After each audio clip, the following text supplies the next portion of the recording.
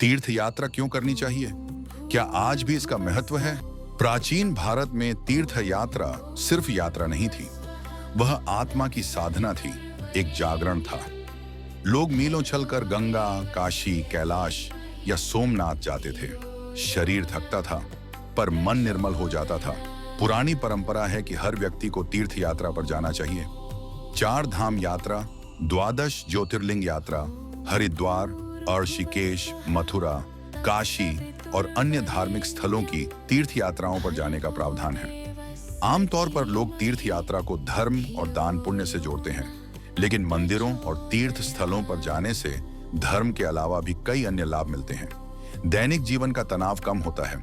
समय समय पर तीर्थ यात्रा पर जाने से कुछ समय के लिए दैनिक जीवन की समस्याओं से राहत मिलती है। एक जैसी दिनचर्या के कारण तनाव बढ़ता है और उत्साह कम होता है। ऐसे में जब हम तीर्थ यात्रा पर जाते हैं तो मन प्रसन्न होता है, नई ऊर्जा मिलती है। यात्रा से लौटने के बाद हम पूरे उत्साह के साथ काम कर पाते हैं, सकारात्मकता बढ़ती है। सभी प्राचीन मंदिर वास्तु के अनुसार बनाए गए हैं। मंदिरों की बनावट ऐसी होती है कि वहां हमेशा सकारात्मक ऊर्जा का प्रवाह बना रहता है। मंदिर में आने वाले श्रद्धालुओं के नकारात्मक विचार नष्ट हो जाते हैं और उनके विचार सकारात्मक हो जाते हैं। मंदिर और तीर्थ स्थल ऊर्जा के केंद्र माने जाते हैं, इसीलिए मंदिर या तीर्थ यात्रा पर जाने से हमारे मन को शांति मिलती है। तीर्थ यात्रा से पुण्य बढ़ता है और स्वास्थ्य लाभ भी मिलता है। मन प्रसन्न होता है। शांत मन और सकारात्मक सोच के साथ किया गया कार्य सफलता की ओर ले जाता है। यह स्वास्थ्य के लिए लाभदायक है। सामान्यतः अधिकांश प्राचीन तीर्थ स्थल और मंदिर ऐसे स्थानों पर बने हैं जहां का प्राकृतिक वातावरण हमारे स्वास्थ्य के लिए लाभदायक हो। अधिकांश मंदिरों में सीढ़ियां होती हैं। इन सीढ़ियों पर चढ़ने उतरने से व्यायाम होता है। भजन कीर्तन के दौरान ताली बजाने से एक्यूप्रेशर का लाभ मिलता है। घंटियों की ध्वनि नकारात्मक विचारों को दूर भगाती है। तीर्थ यात्रा से ज्ञान बढ़ता है। प्राचीन तीर्थ स्थलों के दर्शन करने से पौराणिक ज्ञान में वृद्धि होती है। देवी देवताओं से जुड़ी कथाओं और परंपराओं का ज्ञान होता है।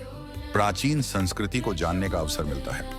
मंदिर के पुजारियों और आसपास रहने वाले लोगों से मेलजोल होता है, जिससे विभिन्न रीति रिवाजों और परंपराओं को जानने का अवसर मिलता है। देवताओं और भक्ति से जुड़ी मान्यताओं की जानकारी मिलती है, जिसका लाभ दैनिक जीवन की पूजा अर्चना में प्राप्त होता है। तीर्थ यात्रा हमारे कर्मों की शुद्धि और ईश्वर से संवाद का एक मार्ग है। आज हमने सब कुछ पा लिया है, लेकिन शांति खो दी है।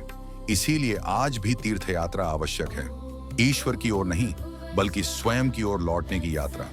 अंततः तीर्थ यात्रा कोई स्थान नहीं है। ये एक ऐसी अवस्था है जहां मन ईश्वर को स्पर्श करता है। यही तो अघोरा का सार है, अंधकार से प्रकाश की ओर, अज्ञान से ज्ञान की ओर। अगर आपको यह यात्रा पसंद आई हो तो लाइक, शेयर और सब्सक्राइब करें। फिर मिलेंगे अगले अध्याय में